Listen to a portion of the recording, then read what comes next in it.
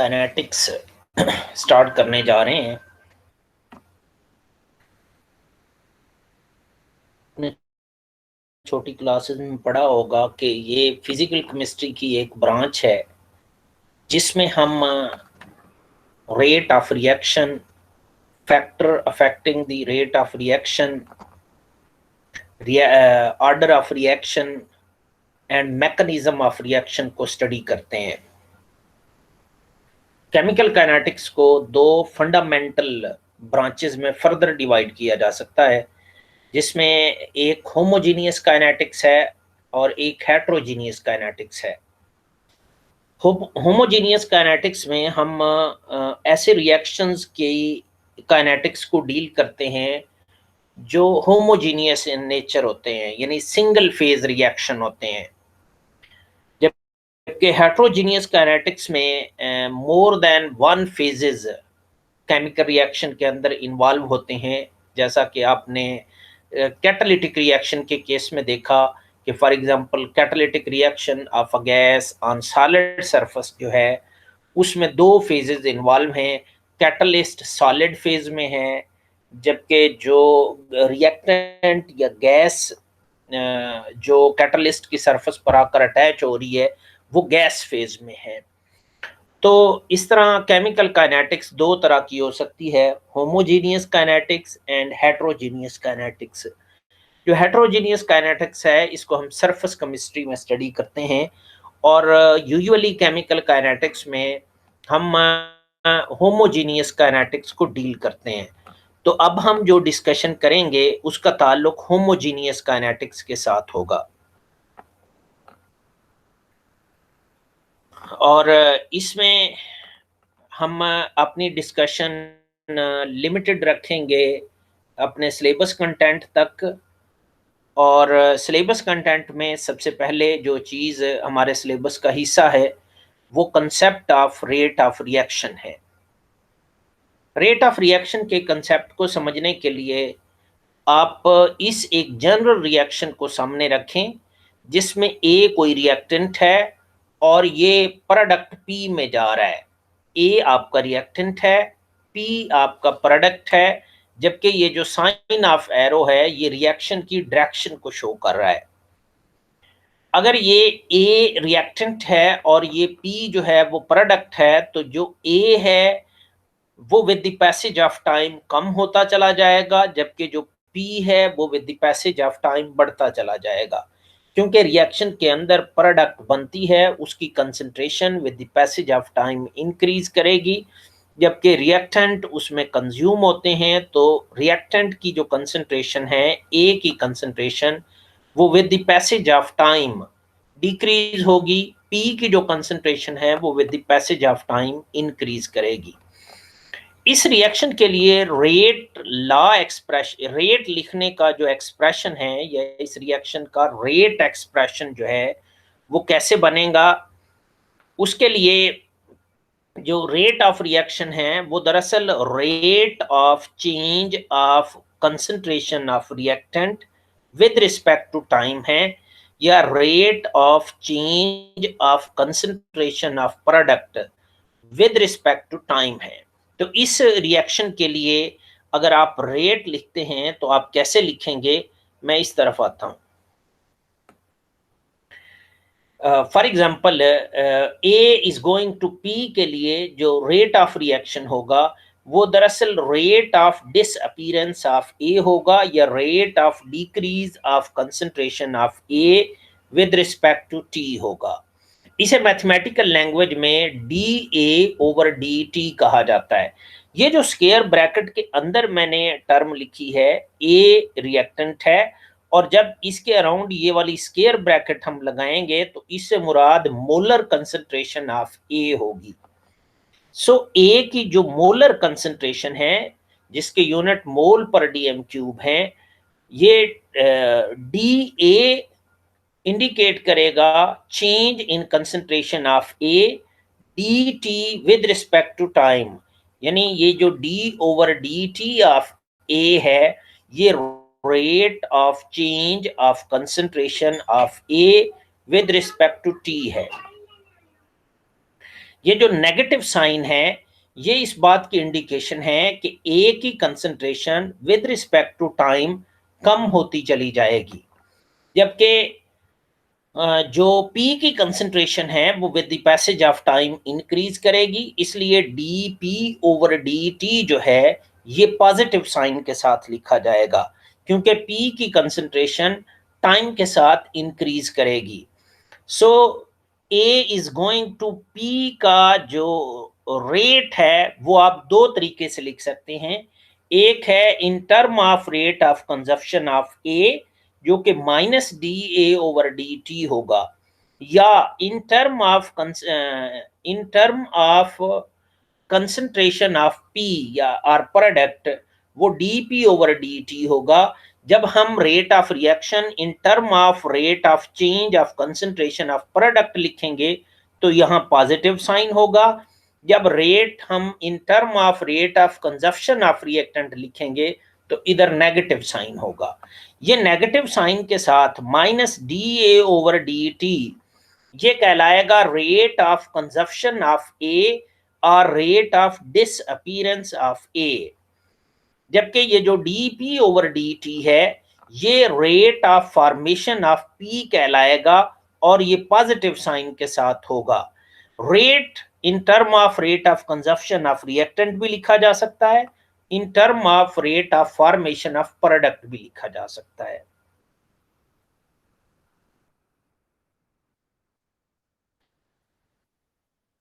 Similarly अगर आप थोड़ा और ब्रॉड करें केमिकल रिएक्शन को, यानी जिसमें more than one reactant involve हूं और मोर देन वन प्रोडक्ट बन रही हूं, तो फिर ये ए और बी कोई रिएक्टेंट हैं, ये आपस में रिएक्ट करते हैं और इनके रिएक्शन के नतीजे में सी और डी ये दो प्रोडक्ट बनती हैं। So rate of reaction can be written in term of rate of consumption of A, or in term of rate of consumption of B, or in term of rate of formation of C, or in term of rate of formation of D लिखा जा सकता है। तो जब भी हम reactant की rate of consumption की टर्म में लिखेंगे रेट, तो वो नेगेटिव साइन के साथ लिखा जाएगा, लेकिन जब rate in term of rate of formation of any one of the product लिखा जाएगा तो वो पॉजिटिव साइन के साथ लिखा जाएगा। जैसा कि ऊपर मैंने आपको बताया कि rate of reaction in term of rate of consumption of A will be equal to -dA/dt, जबकि rate of reaction in term of consumption of B जो है वो होगा -dB/dt, जबकि rate of reaction in term of rate of formation of C जो है वो plus sign के साथ dC/dt होगा। Rate of formation of D जो है वो dD/dt होगा, यानी rate of reaction is equal to rate of consumption of A, rate of reaction is also is equal to rate of consumption of B, rate of reaction is also equal to rate of formation of C, rate of reaction is also equal to rate of formation of D with respect to T. Yani rate of reaction can be written in term of rate of consumption of any one of the reactant, or rate of reaction can be written in term of rate of formation of any one of the product. वो D भी हो सकता है, वो सी भी हो सकता है, वो ए भी हो सकता है और बी भी हो सकता है। लेकिन सवाल ये पैदा होता है कि इधर ए बी सी और डी का कोई कोफिशिएंट नहीं है, लेकिन अगर कोफिशिएंट मौजूद हों तो फिर रेट ऑफ रिएक्शन को लिखने का तरीकाकार क्या है, हम उस तरफ आते हैं। फॉर एग्जांपल आप इस रिएक्शन को देखें, इसमें ए का कोफिशिएंट स्मॉल ए है, बी का कोफिशिएंट स्मॉल बी है, सी का कोफिशिएंट स्मॉल सी है, डी का कोफिशिएंट स्मॉल डी है। तो ऐसे जब केमिकल रिएक्शन इस तरह लिखा जा रहा हो तो फिर रेट ऑफ रिएक्शन लिखने का तरीकाकार क्या होगा। ऐसी सिचुएशन में आप ये जो कोफिशिएंट हैं इसका इनवर्स लेते हैं और उसको rate of consumption of A से मल्टीप्लाई कर देते हैं तो रेट ऑफ रिएक्शन की वैल्यू निकाली जा सकती है। मसलन इधर ए का कोफिशिएंट ए है, इसका इनवर्स लें तो वो 1/a है, यानी 1/a को माइनस DA/dt से मल्टीप्लाई करें तो फिर रेट ऑफ रिएक्शन की वैल्यू आएगी। सिमिलरली अगर आपने रेट ऑफ रिएक्शन लिखना है in term of rate of consumption of B, तो 1/b को माइनस dB/dt से मल्टीप्लाई करेंगे तो फिर रेट ऑफ रिएक्शन की वैल्यू आएगी। सिमिलरली आपने rate of reaction in term of rate of formation of C लिखना है, तो ये dC/dt मल्टीप्लाइड बाय 1/c जो कि सी का कोफिशिएंट का इनवर्स है, यानी dC/dt को 1/c से मल्टीप्लाई करेंगे तो रेट ऑफ रिएक्शन की वैल्यू आएगी। Similarly rate of formation of D with respect to T जो है, इसको अगर आप 1/d से मल्टीप्लाई करेंगे तो रेट ऑफ रिएक्शन की वैल्यू आएगी। अब याद रहे कि अगर आपके पास रेट ऑफ रिएक्शन गिवन है और रेट ऑफ कंजप्शन ऑफ ए आप निकालना चाहते हैं, तो ये जो डिनोमिनेटर में ए है ये दूसरी साइड पर ले जाकर आप इसको रेट ऑफ रिएक्शन से मल्टीप्लाई करेंगे तो रेट ऑफ कंजप्शन ऑफ ए की वैल्यू आएगी। इट मींस कि ऊपर वाले केस में तो rate of consumption, rate of formation और रेट ऑफ रिएक्शन एक ही क्वांटिटी का नाम था, जबकि इस केस में rate of reaction rate of consumption of A से मुख्तलिफ है। Rate of reaction rate of consumption of B से डिफरेंट क्वांटिटी है और रेट ऑफ रिएक्शन और rate of formation of C से डिफरेंट क्वांटिटी है। इसलिए कि rate dC/dt rate of formation of C है, इसको 1/c से मल्टीप्लाई करेंगे तो आपके पास रेट ऑफ रिएक्शन की वैल्यू आएगी। यानी मेरे कहने का मतलब है कि minus DA/dt rate of consumption of A है, minus dB/dt rate of consumption of B है, जबकि dC/dt rate of formation of C है, dD/dt rate of formation of D है। इसको 1/d से मल्टीप्लाई करेंगे तो रेट ऑफ रिएक्शन की वैल्यू आपके पास आएगी।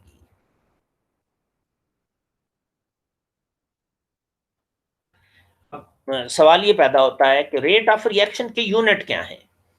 रेट ऑफ रिएक्शन के जो यूनिट हैं वो यहीं से निकाले जा सकते हैं। ये ऊपर है कंसंट्रेशन और मोलर कंसंट्रेशन है और नीचे टाइम है।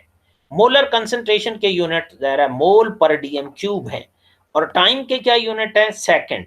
टाइम डिनोमिनेटर में है तो रेट ऑफ रिएक्शन के यूनिट हैं मोल पर डीएम क्यूब पर second. Rate of reaction, rate of consumption and rate of formation of product को समझने के लिए या इन तीनों क्वांटिटीज के दरमियान रिलेशन को समझने के लिए आप ये एग्जांपल 5.1 जो है उसको आप सॉल्व करें।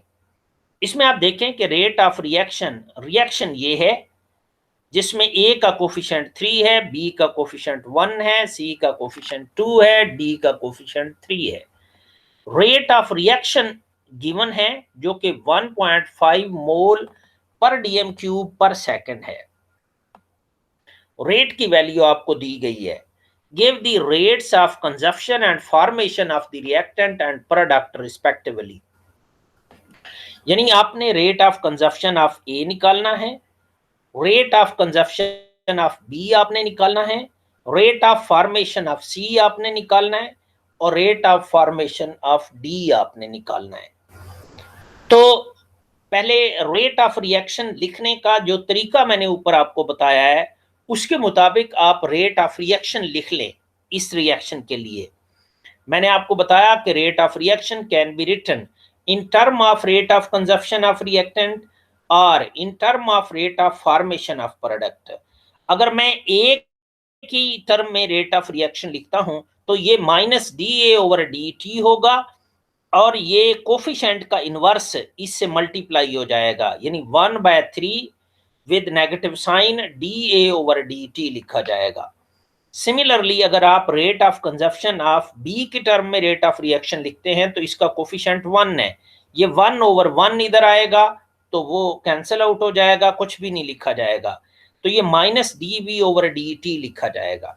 जबकि सी का कोफिशिएंट 2 है तो ये 1/2 होगा और ये रेट ऑफ फॉर्मेशन ऑफ सी होगा। इसमें डी का कोफिशिएंट 3 है, ये dd/dt मल्टीप्लाइड बाय 1/3 होगा। ये रेट ऑफ रिएक्शन लिखने का एक्सप्रेशन है और रेट ऑफ रिएक्शन की वैल्यू उसने ऑलरेडी दी है और वो 1.5 मोल पर लीटर पर सेकंड है। निकालना आपने क्या है, आपने दरअसल -dA/dt निकालना है, -dB/dt निकालना है, dC/dt निकालना है और dd/dt निकालना है।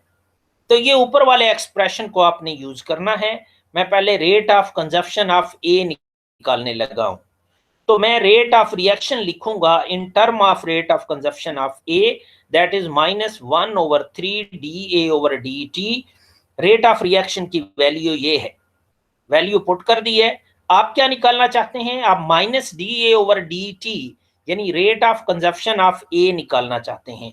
तो ये जो 3 है इसको आप दूसरी साइड पर ले जाएंगे तो ये 1.5 से मल्टीप्लाई हो जाएगा, तो इसे मल्टीप्लाई करके आंसर निकाल लें। सो rate of consumption of A is 4.5 while rate of reaction is 1.5। It means कि इस केस में जब रिएक्टेंट और प्रोडक्ट के कोफिशिएंट मौजूद हों तो रेट ऑफ कंजप्शन और रेट ऑफ रिएक्शन ये दो डिफरेंट क्वांटिटीज होती हैं, जैसा कि इधर दिखाया गया है। सिमिलरली जबकि -dB/dt वो रेट ऑफ रिएक्शन के इक्वल है क्योंकि बी का कोफिशिएंट 1 है, तो यही rate of consumption of B होगा जो कि 1.5 के इक्वल होगा। Hence rate of consumption of B is 1.5 mole पर लीटर पर सेकेंड। जबकि rate of formation of C आपने निकालना है, ऊपर आपने रेट ऑफ रिएक्शन लिखा है in term of rate of formation of C जो कि 1/2 into dC/dt rate of reaction के इक्वल है। रेट ऑफ रिएक्शन की वैल्यू ये है, वो आप इधर पुट कर दें तो rate of formation of C निकालने के लिए इस 2 को दूसरी साइड पर ले जाएं, ये इससे मल्टीप्लाई होगा तो rate of formation of C जो है वो 3 मोल पर लीटर पर सेकंड हो जाएगा। इधर भी आपने नोट किया चूंकि कोफिशिएंट यूनिटी नहीं है इसलिए रेट ऑफ फॉर्मेशन ऑफ सी की वैल्यू रेट ऑफ रिएक्शन से डिफरेंट है।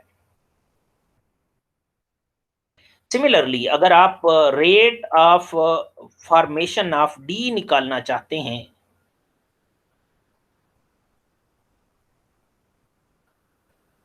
तो आप रेट ऑफ रिएक्शन लिखेंगे इन term of rate of formation of D, ये 3 को दूसरी साइड पर ले जाकर मल्टीप्लाई कर देंगे तो ये 4.5 मोल पर लीटर पर सेकंड जो है वो rate of formation of D आ जाएगा। आप अगर एग्जाम्पल 5.2 सॉल्व करेंगे तो आइडिया और क्लियर हो जाएगा।